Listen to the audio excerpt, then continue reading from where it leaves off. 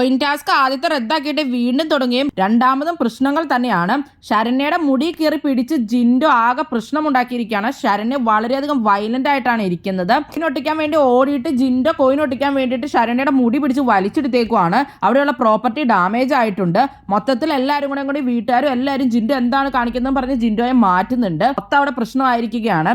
അതിന്റെ ഇടയിൽ ജാസ്മിൻ ചെന്നിട്ട് പറയുന്നുണ്ട്, നിങ്ങൾ ഈ ശക്തി മൊത്തം ഇങ്ങനെ എടുത്തല്ല ചെയ്യേണ്ടത് എന്നൊക്കെ ഉള്ളത്. ഈ ഗെയിം ഹെൽത്തി ആയിട്ട് കളിക്കണം എന്നുള്ള രീതിയിൽ ബിഗ് ബോസ് പറഞ്ഞ വാണിംഗ് ഒക്കെ കൊടുത്തിട്ട് രണ്ടാമത് കളിയൊക്കെ തുടങ്ങിയതായിരുന്നു. ജിൻഡോ അത് ഭയങ്കര ഫിസിക്കലി എടുത്ത് കളിക്കാനാണ് ശ്രമിക്കുന്നത്. ജിൻഡോയ്ക്ക് ഭയങ്കര വാശി കയറിയേക്കുവാണ് ഗബ്രീനെ തോപ്പിക്കണം എന്നുള്ള രീതിയിൽ. പിന്നെ ഗെയിം തുടങ്ങിയപ്പോൾ ഗബ്രിയുടെ ടീമാണ് നന്നായിട്ട് തന്നെ കളിച്ചുകൊണ്ടിരിക്കുന്നത്. അതുകൊണ്ട് തന്നെ ജിൻഡോയ്ക്ക് ആകെ ദേഷ്യം വന്നിട്ടാണ് ഇരിക്കുന്നത്. ഫിസിക്കലി ഉള്ള ഫുൾ പവർ കാണിച്ചാണ് ജിൻഡോ അപ്പോൾ കളിച്ചിട്ടുണ്ടായിരുന്നത്. അങ്ങനെ അവിടുത്തെ പ്രോപ്പർട്ടി ഡാമേജ് ആയിരിക്കാണ്. ശരണ്യാണ് ആകെ ബലം വെച്ചുകൊണ്ടിരിക്കുകയാണ്. ജിൻഡോയുടെ കൂടി അതുപോലെ തന്നെ ഇപ്പുറത്തെ ടീമിൽ നിന്ന് കളിക്കുവാണ് ജാസ്മിൻ എന്നൊക്കെ പറഞ്ഞ നന്ദനയും ജാസ്മിനും അതിൻ്റെ ഇടയ്ക്ക് വഴക്ക് കടന്നിട്ടുണ്ടായിരുന്നു. ജിൻഡോ ആണ് അപ്പോൾ ഈ റൗണ്ടിൽ ഔട്ട് ആയിട്ടുള്ളത്. അങ്ങനെ നിലവിലെ പവർ ടീം തന്നെ പവർ ടീമായി ഭരിക്കുമെന്നുള്ളത് ബിഗ് ബോസ് അനൗൺസ് ചെയ്യുകയാണ് ഉണ്ടായത്.